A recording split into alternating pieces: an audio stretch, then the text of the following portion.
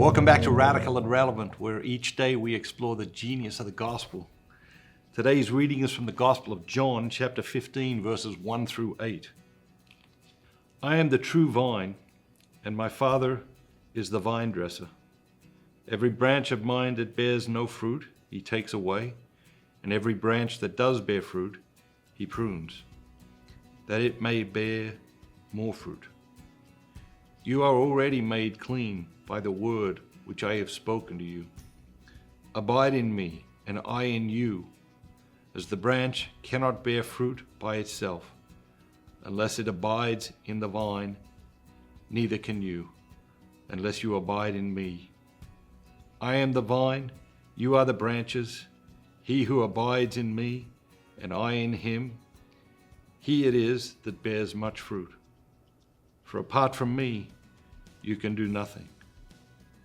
If a man does not abide in me, he is cast forth as a branch and withers, and the branches are gathered, thrown into the fire, and burned. If you abide in me, and my words abide in you, ask whatever you will, and it shall be done for you. By this my Father is glorified, that you bear much fruit, and so prove to be my disciples. What is it that jumps out at you today? There's so many great things, right? Fruitfulness or lack of fruitfulness, getting thrown in the fire, obviously not ideal. But this idea at the end, Jesus says, if you abide in me and my words abide in you, ask whatever you want and it shall be done for you.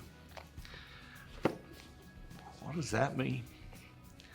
The interesting thing is, what does Jesus know in saying this?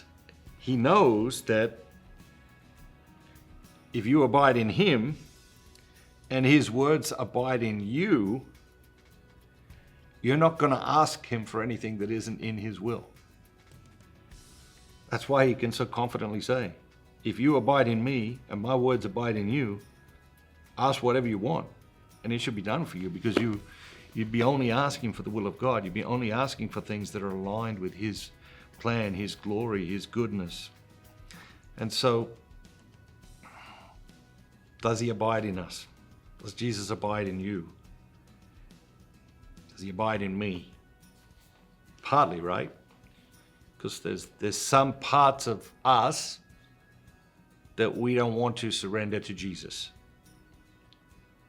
That's human nature. And there's times in our spiritual lives we come to Jesus and we say, Jesus, I'm 100% available. I'll do whatever you ask me to do. Just point me in the right direction. And in those moments of total surrender, it's a glorious thing. But our human nature then, having given ourselves 100% to God, we tend to take ourselves back sort of like 0.5% at a time.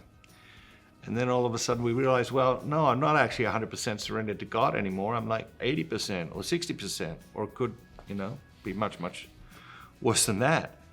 And so how surrendered to God are you at the moment? And how much of you are you allowing Jesus to abide in you?